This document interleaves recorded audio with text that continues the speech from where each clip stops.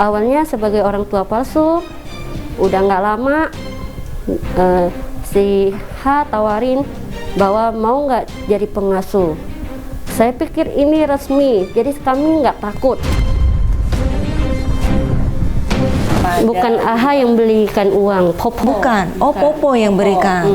Berapa kalau boleh tahu Kalau nominalnya? jadi orang tua palsu minimal 5 juta.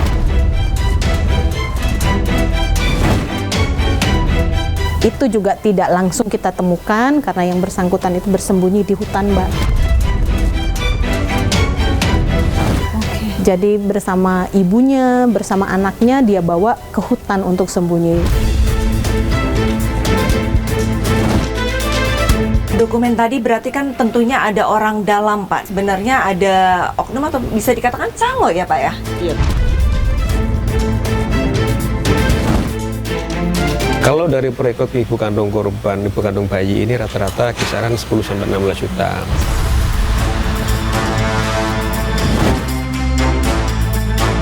Permisi Pak Dani, Assalamualaikum. Nomornya terhubung. Apakah benar anaknya yang dilaporkan diculik atau justru dijual?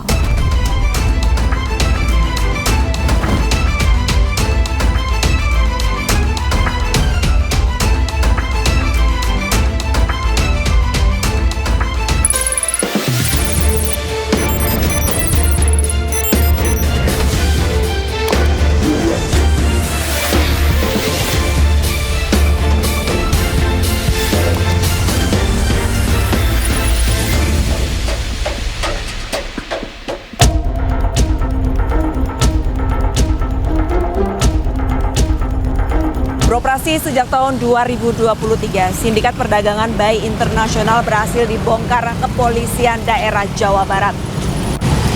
Hingga awal Agustus 2025, setidaknya sudah 20 orang ditahan dan ditetapkan sebagai tersangka. 6 orang masih dalam daftar pencarian orang. Lantas, apa modus operandi sindikat ini beraksi? Bersama saya Arlista Hadi. Inilah iNews 5.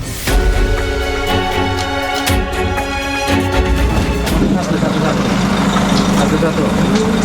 Baris dulu sini.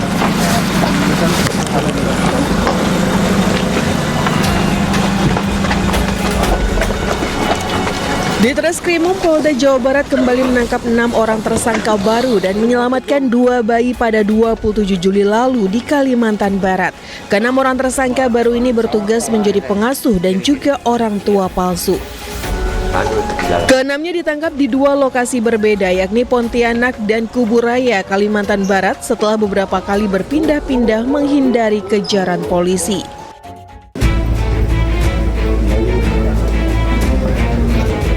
Sebelumnya polisi menangkap Lee Siuluan alias Lili Sunarti Aluan alias Popo, aktor utama perdagangan 25 bayi asal Jawa Barat di Bandara Soekarno-Hatta, Banten pada Jumat 18 Juli 2025. Lee Siuluan mengatur bisnis terlarang ini mulai dari perekrutan lalu lintas bayi hingga mencari calon pembeli.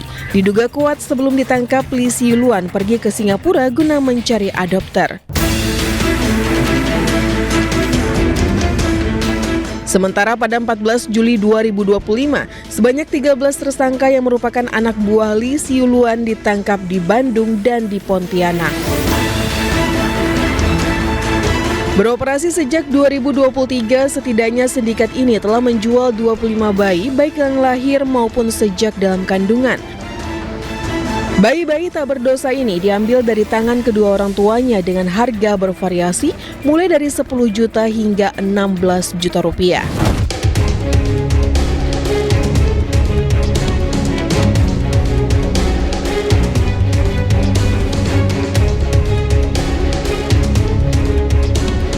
Pemirsa, saat ini saya berada di depan ruang pelayanan khusus perempuan dan anak.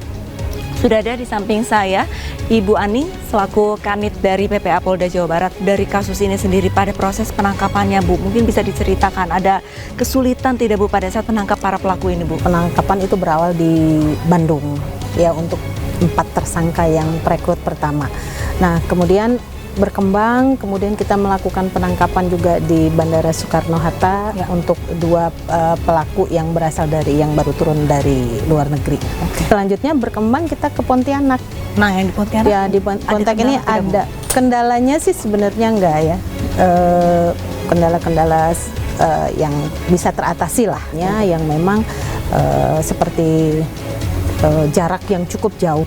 Yang pengalaman kami yang paling jauh itu ketika melakukan penangkapan dari yang kita duga itu berawal ada di Singkawang, ternyata para tersangkanya sudah pindah ke Ketapang. Jauh sekali loh, Bu. Sangat jauh ya. Jam 9 malam kita bertolak dari Singkawang ke Ketapang. Nah, itu perjalanan kita tempuh selama kurang lebih 15 jam. Dan Ketapangnya juga masih di dalam lagi, itu di Marau. Prosesnya sangat panjang dan lumayan melelahkan, dan itu juga tidak langsung kita temukan karena yang bersangkutan itu bersembunyi di hutan, Mbak. Jadi bersama ibunya, bersama anaknya dia bawa ke hutan untuk sembunyi, dan di hutan itu tidak ada pondokan, tidak apa. Jadi dia bertahan 1 malam itu untuk tidur di hutan, di atas batu menurut informasinya. Nah, besok paginya baru kita temukan. Begitu dia keluar dari hutan mungkin mau cari makan. Nah, akhirnya kita amankan. Namun demikian bayi belum ketemu. Dapat informasi kita gali informasi dari tersangka yang kita amankan, bayi berada di Teluk Mayo. Beda lokasi lagi nih, Beda lokasi dari yang lagi. pertama. Iya. Oke. Dan di sana kita temukan 1 orang bayi di 1 rumah dalam kondisi dia tidur, tidur di lantai, sementara warganya lagi hajatan, di bayinya sendiri. Berarti dibiarkan saja lagi bayinya? tidur. Langsung kami amankan, kami Apakah bawa. dengan selimut, Ibu, bayinya? Enggak. Karena kebetulan saya yang mengamankan sendiri, tidak ada selimut, cuma pakai baju celana pendek, kaos pendek. Tapi gitu kondisinya saja. bayi tersebut sehat? Setelah kita lakukan pemeriksaan waktu di Rumah Sakit Bayangkara Pontianak, bayi itu mengalami gula darahnya cukup rendah. Berarti tidak dikasih susu? Kemungkinan ya, indikasi kurang gizinya ada. Ada kemungkinan seperti itu. Maka kami titipkan 1 malam waktu itu di Rumah Sakit Bayangkara. Itu untuk 1 bayi. Kemudian 1 bayinya lagi masih di tempat yang sama tapi rumah yang berbeda. Tapi yang berdekatan. Usia bayinya kurang lebih 5 bulan. 5 bulan? Ya, dalam kondisi waktu di anggota kami yang ke sana ngambil bayinya itu ke rumah salah satu pengasuhnya, itu dalam kondisi nangis, belum tidur.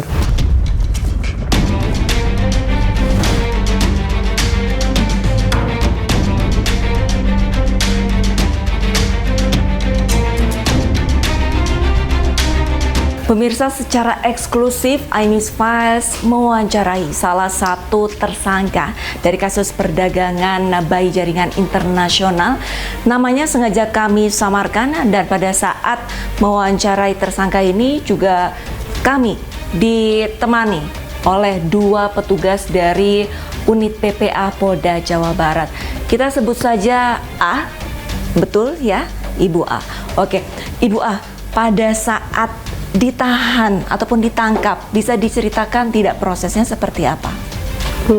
Saat saya ditangkap, polisinya ya datang ke rumah, itu sebenarnya kaget. Jadi kaget lah, langsung disuruh ikut, jadi saya ikut aja. Kagetnya karena apa? Apakah karena ada polisi yang datang atau kaget ketahuan? Kagetnya polisi datang ke rumah. Pada saat ditangkap, Ibu A mempertanyakan maksud dan tujuan dari kedatangan para polisi ini ke rumah Ibu A ini untuk apa? Oh iya, ditanyain apakah di rumah ada bayi, ya saya jawab iya. Disuruh ikut aja, jadi saya ikut. Pada saat itu Ibu A tidak mengetahui apa alasannya kenapa polisi mempertanyakan bayi dan juga menyuruh Ibu A ini untuk ikut polisi. Polisi bilang si AH udah ketangkap, jadi saya ikut aja. AH ini adalah perekrut atau siapanya? Pembikin surat. Pembuat surat. Oke, pada saat ditangkap berarti dari Ibu A sendiri sudah dapat menyimpulkan belum kenapa alasan polisi menangkap Ibu A? Tidak, cuma saya disuruh ikut, saya ikut aja. Saya pikir saya mungkin nggak terlalu bersalah atau masuk ke tahanan. Tapi pada saat sudah ditangkap, dibawa dan dijelaskan begitu, Ibu A ternyata masuk dalam sindikat perdagangan bayi. Nah itu bagaimana? Itu saya sangat takut karena dari Popo sama AH bilang bahwa ini resmi, nggak usah takut. Jadi saya sebagai pengasuh nggak takut.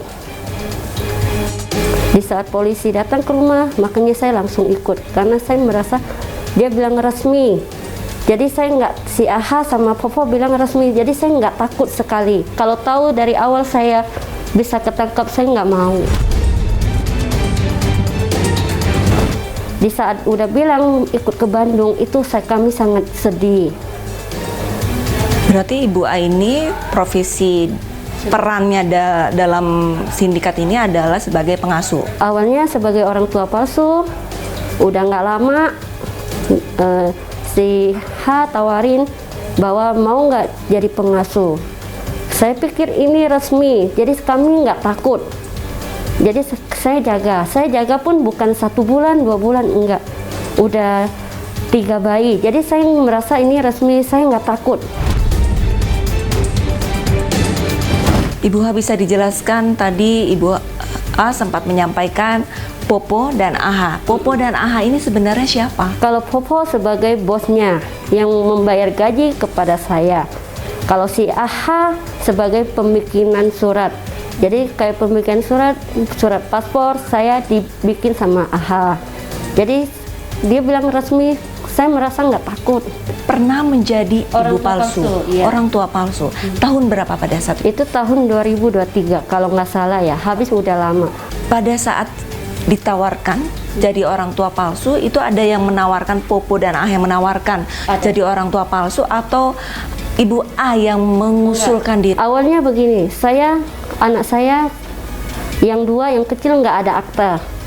Jadi saya ditawarin sama teman, kenalin sama si AH. AH dibikinin akte. Jadi ditawarin mau jadi orang tua palsu nggak. Saya pikir ini resmi, dia bilang. Jadi saya nggak takut. Resmi, udah itu nggak lama. Kan nggak langsung ditawarin, langsung bisa diproses, bikin surat. Udah nggak lama dihubungin sama Popo bahwa saya udah mau terbang ke Singapura. Itu Popo yang WA-in bahwa udah mau beli tiket pesawat, minta KTP. Kalau paspor kan belum dikasih. Paspor udah dikasih waktu pas dari Singapura pulang baru dikasih paspor. Pada saat itu ada iming-iming biaya? Ada. Dibilang kalau dibikinin surat akte nggak usah bayar, semua surat nggak usah bayar, kayak paspor, akte nggak usah bayar. Diiming-imingnya hanya digratiskan aktenya? Digratiskan. Pada saat ditawarin sama AH untuk menjadi orang tua palsu, apa yang ada di dalam benak pikiran Ibu A? Sangat senang karena dibilang resmi. Jadi saya jujur, saya nggak takut. Untuk uang yang diberikan AH kepada... Bukan AH yang belikan uang, Popo. Bukan? Oh, Popo yang berikan. Berapa kalau boleh tahu nominalnya? Kalau jadi orang tua palsu minimal 5 juta. Itu dari Popo pas udah mau pulang dari Singapura dibagiin uang. Jadi sampai di bandara kami udah pisah. Sudah tidak ada kontak sama sekali pada saat itu? Kecuali Popo butuh saya baru dicari. Jadi kami nggak bisa hubungin dia seakan-akan seenaknya, nggak bisa. Nah ini menarik, tidak ada kontak. Bagaimana cara menghubunginya? Karena dia udah simpan nomor saya. Jadi di saat dia mau cari saya, dia hubungi saya. Kalau saya mau cari dia tidak mau angkat teleponnya. Dari orang tua palsu ditawarkan menjadi pengasuh, ini bagaimana? Awalnya jadi orang tua palsu, saat di bandara ditawarin, kamu mau nggak jadi pengasuh? Tapi nggak bisa sekarang, tunggu ada bayinya baru bisa. Jadi saya tunggu lama, mau setahun baru dihubungin Popo, bahwa ada bayi, diantarnya sama si ke saya. Itu bayi pertama. Diasuh sama Ibu A berapa lama? Nggak lama, 3 bulan lebih. 3 bulan lebih, kemudian? Saya bawa lagi sebagai pengasuh, saya bawa lagi ke Singapura sesama orang tua palsunya. Tapi saya tidak, kayak saya walaupun kenal cuma ketemu 2 hari, jadi nggak saling kenal. Tidak kenal dengan ibu orang tua palsu palsunya, dari nggak cuma orang kenalnya cuma waktu di Singapura.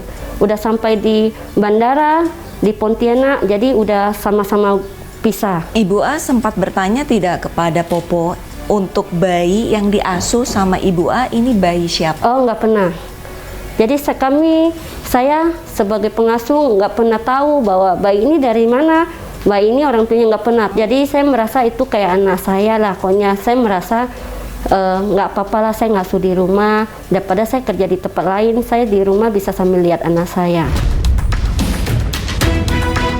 Pada saat mengasuh, untuk keperluan bayinya, apakah dibeli secara pribadi Ibu A atau ada yang supply? Itu Popo. Kalau urusan kebutuhan bayi itu semuanya dari Popo. Termasuk susu? Susu. Tuh saat saya gaji, Popo kirim langsung. Uang susu 1 juta. Gaji saya 2,5 juta. Jadi dikirimnya tiap bulan 3,5 juta.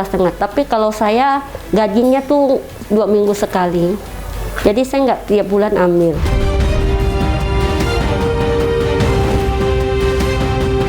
Pas saat tahu bahwa Popo bohongin kami sama si Aha gitu, bohongin kami bahwa ini resmi. Jadi sangat kesel lihat mereka. Apalagi sampai sekarang mereka masih nggak mau ngaku.